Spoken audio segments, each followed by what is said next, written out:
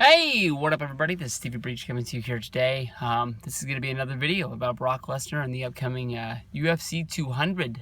This story took the world by storm yesterday. Honestly, my first opinion of the story was that there was no way in the world that this was going to be a true rumor. I thought that no one was going to touch this. A few hours later down the road, it was reported by Ariel Helwani.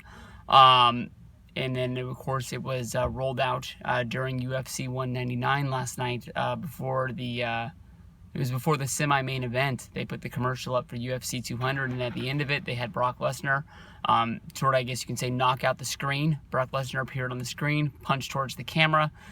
Camera faded to black, and basically Mike Goldberg knew what was going down, but the other announcer had no clue why Brock Lesnar was in the commercial, and Goldberg had to tell him, like, hey, Brock's back, baby. Brock's part of this. So you can see this is probably like one of the biggest surprises to hit UFC in a long time as being a wrestling fan. You know, as being a wrestling fan as long as I've been, sometimes it's those secret surprises that really keep me as being a wrestling fan. There's those moments of knowing, like, I don't know if this was really supposed to happen. I know that most of this stuff is fake, but I think that was real. And, you know, Brock has always been a guy to chase that dollar, and he's going to get the biggest dollar any way he can. Lots of stories and lots of rumors are coming out of this. Some people say that it just was worked into the deal that he signed before WrestleMania 31 when he decided that he was not going to go to UFC, that he was going to stay with WWE, that he could get, you know, part-time work with full-time money. And here he is. He's basically going to get full-time money for one big payday. You know, UFC payday for a UFC 200 with a John Jones main event. This show was already going to sell itself with 3 title matches, as well as now Brock Lesnar appearing. The biggest rumor coming out of this is, who is Brock Lesnar going to face? Definitely the names that come to mind is Alistair Overeem, maybe Frank Mir. Frank Mir is definitely his longest running, what's the word I want to say? I guess you can say his rival in UFC. He was there for the UFC debut.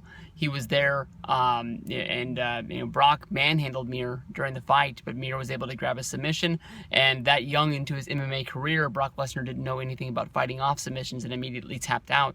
You watch that fight, Brock wins it, but loses due to the fact that he didn't know how to fight that off. And since then, I think fighting off submissions is definitely one of the weakest points. But Brock has learned that he doesn't go down to the ground for anything, basically, during these fights. The next opponent that comes to mind would be Alistair Overeem.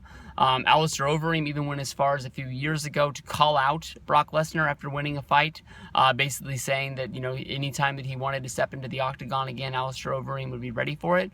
Alistair Overeem is the guy who beat Brock Lesnar and basically beat him into submission. Brock lost the fight. You can definitely tell that Brock didn't want to fight that day, whether if it was his body was breaking down. It was the first time we really saw him run away from getting hit in the octagon instead of, you know, standing there and taking the fight to the other guy.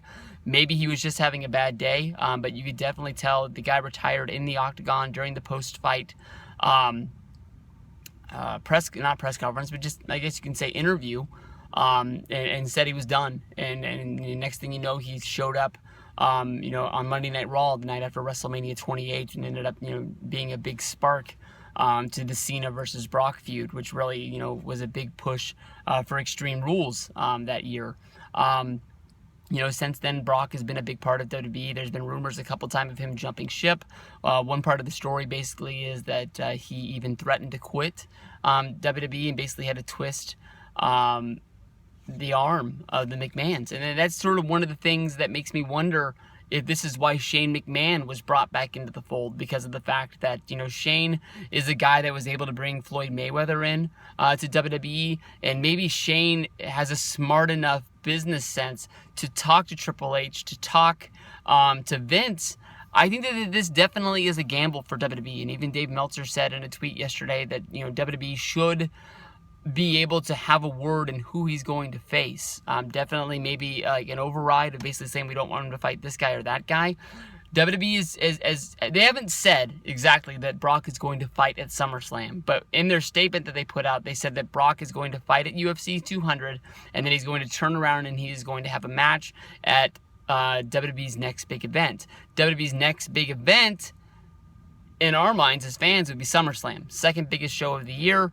But honestly, WWE sort of in press releases builds up Battleground, builds up, Survivor Series as being a major event, and we all know that they're not really the same events as the Royal Rumble, SummerSlam, and WrestleMania. So I don't know. I mean, if Brock goes out there and Brock gets his ass kicked, definitely if Brock gets a concussion, he's not going to be able to get used for SummerSlam. I don't think that the turnaround time for fighting in a UFC fight is going to be there. If he walks in there and he gets a guy like Glass Joe from Mike Tyson's Punch-Out and knocks him out in one punch, definitely he'd be able to fight again. A lot like a lot of UFC guys, and when they have easy fights, they'll turn around and have a fight as soon as they can to get that payday. We saw that with like Cerrone fighting on like 2 weeks rest last week, or not last week, I apologize, 2 weeks rest last year.